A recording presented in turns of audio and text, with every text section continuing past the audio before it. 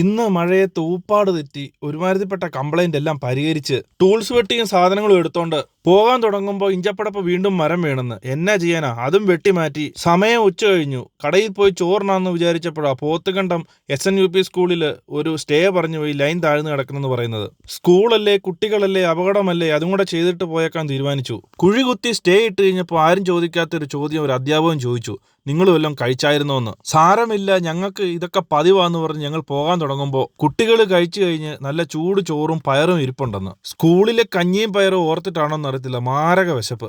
സമയം 4 മണി അടുക്കാറായി. പ്രാന്തപ്രദേശത്തുള്ള ഒരു കടയിൽ ചെന്നിട്ട് ഇനി ചോറ് കിട്ടാൻ പോകുന്ന ലക്ഷണമില്ല. വിശപ്പിന്റെ വിളിയാണോ നൊസ്റ്റാൾജി അടിച്ചിട്ടാണോ എന്ന് അറിയാമല്ല, എല്ലാം കൂടെ അടുക്കളയിലേക്ക് ഒരു പോക്കായിരുന്നു. ഉച്ചക്കഞ്ഞിക്ക് ഇത്രയും ടേസ്റ്റോ? നല്ല വാഴക്കയും പയറും അച്ചാറും പപ്പടവും. സ്കൂളിലെ ഉച്ചക്കഞ്ഞി ഇത്രയും ആസ്വദിച്ച് ഇനിയും കഴിക്കാൻ പറ്റുമെന്ന് ജീവിതത്തിൽ പ്രതീക്ഷിച്ചതല്ല. ശാപ്പാട് കഴിഞ്ഞപ്പോഴത്തേക്കും സ്കൂൾ വിട്ടു. വീഡിയോ ഇഷ്ടപ്പെട്ടെങ്കിൽ ഫോളോ ചെയ്യാൻ മറക്കരുത്.